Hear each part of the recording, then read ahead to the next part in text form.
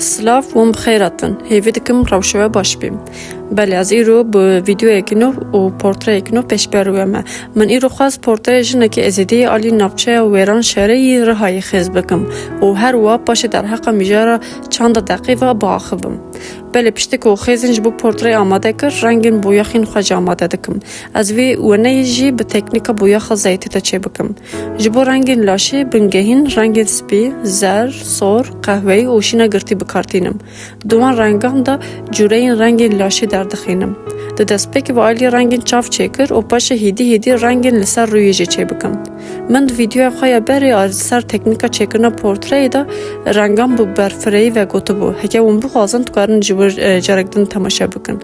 دوی ونه دا از شکل و نگاشن دقیق جه چه بکم لوم از هنه که نها بسا چند دقیق بکم. دق آنجی خال چند دقیقه ابن شوپی دقیقه کردیم. هر چقدر دق تناف جنین کردن زیده تر بجی دمیران دجت دیدن. هر وها چند پشروش دا بجی جی خواه چنده دا پارزه. گلک جنین پیر خودی دق بون و پر جاران نگاشن بالکش بون و جارنا جی تواهی لاشن وان دق کرن. هر چقدر دیروکا دقیق دناف کردن دانه دیار بجی دمین پر کم ودگاره. لباله دق چاواته چه کرن. دق به تیکل کرن شیر دایی که به صوته ته چه کرن. تو که ابن شوپیا دقیقا که ابنار دا موتیف به شیر دایی که او تریج تینه تبلیف کرن و دو به درزی للاش تینه خیز کرن.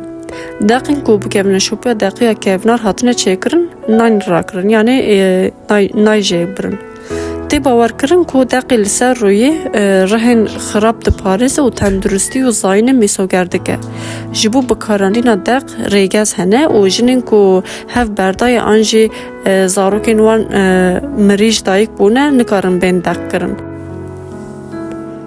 سویرن دقیق به گلمپری خط سترک سواستیکاس روش نیودور چارگوشه elmas, gulilk, gül و خاچه هم پکته یعنی گلک راستی جوره این دقیقا نها از همون کارم بیشم اگه اون بخواستن لسر اینترنت یعنی اگه کسی کو خاطی دق بنون کارن جوان راجع بپرسن کارم برفری لکولی نام بکن لگلکی واتی توان هنن من خواست باش پورتره دار لسر رنگی هنگی شکلین دقیق خیز بکم چند طبعا همو وان شکلان دخواتی واتایی که وان هیر نها راسته از همویان نزانم لیوان تکارم باش لیکولی نام بکن از همو تابلوی لباشوی به دقیقا توجیه بکم و نها تابلوی مجی خلاص بوشخواه هیوی دکم ویدیو لگوری دلوه چه بوبه و نه ما خلاص بو هکی واجب آنده به اندکارن شروع به این خدا بنویسن و باعجب بینن و ویدیوی جدکارم پاروه بکن